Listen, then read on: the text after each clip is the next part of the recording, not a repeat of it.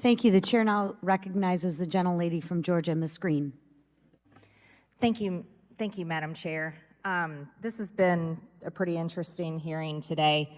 I'd like to remind everyone here watching this hearing and in this room and my colleagues across the aisle that Joseph R. Biden was inaugurated on January 21st of 2021 and was President and Commander-in-Chief over the Afghanistan withdrawal.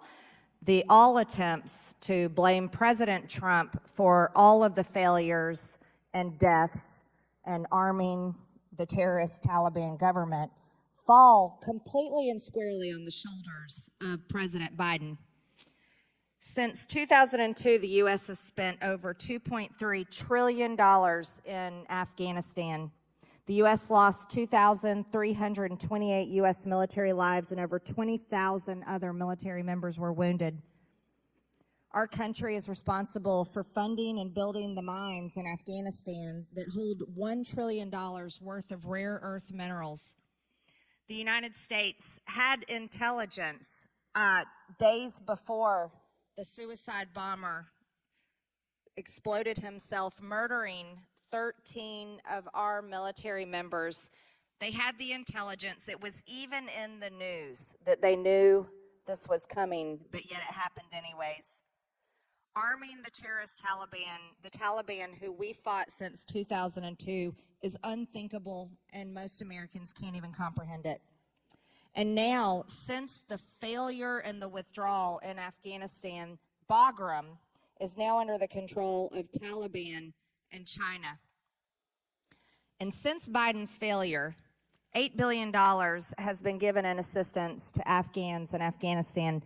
It is incomprehensible, but yet we're here trying to figure out how and why and what happened.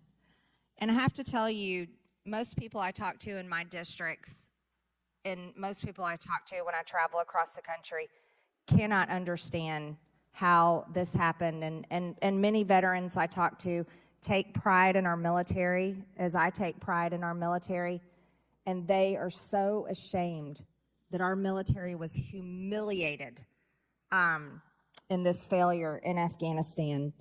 And so I do have some questions, and I thank you all for coming to speak with our committee. Mr. Stopko, in October 2021 letter to Daphna Rand, an official at the State Department, you said the Biden administration instructed CGAR to remove all reports from your website following the collapse and asked you to redact information on the website. Who specifically in the admin instructed your office to do that, and why? I don't remember the name. We can get the name of the person who sent that. I don't have that in front of me.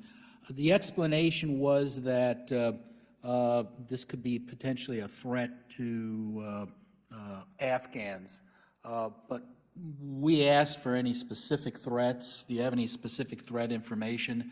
And some of the requests were just unbelievable. They wanted us to take down our complete website and also to take down from all of our reports the name of, let's say, President Ghani. We assumed the Taliban knew who President Ghani was. Why do we have to scrub all of our reports for that? They also wanted us to take down the name of a city in the United States, which I think the Taliban could look at a map. So it was a bizarre request, and they never did give us any information as to why they wanted us to pull down all of our reports, which have been public, many of them, for 12 years. Yeah, that it's pretty hard to understand why any administration would want to censor information. And you're right. I mean, Afghanistan can easily look at the map, or they can talk to their friends in China because they flew a spy balloon across our country. And I'm sure they pretty much have pictures of everything. Thank you. Mr. Storch, on August 17, 2021, a U.S. airstrike in Afghanistan killed 10 civilians, including 7 children. Since the strike was supposed to target an ISIS terrorist, Mark Milley called it a righteous strike. A few weeks later, however, U.S. Central Command admitted that they had hit the wrong Toyota Corolla. My question is, as the Inspector General of the Department of Defense, do you see this kind of absolute failure from Mark Milley a lot? And have there been other times when the military has hit the wrong Toyota Corolla or another target on accidentally killing a bunch of innocent children? And then Mark Milley called it a righteous strike. I still don't understand that. Can you explain, please? Yes, ma'am. Thank you very much for the question. So the strike on, I believe it was 29 August, our office did do a classified review of that strike. And we looked at what led up to it. We looked at the reporting on it. We looked at the communications thereafter. Yeah, as I say, it's classified, so I can't talk about it in this briefing, but happy in an appropriate setting to provide more information about that. I would also say that's one of a number of reviews that our office has done regarding different kinetic strikes, not limited to Afghanistan as well. And as I say, happy to provide more information in an appropriate setting. Thank you, Mr. Storch. We'll have committee staff follow up, and I yield back my time.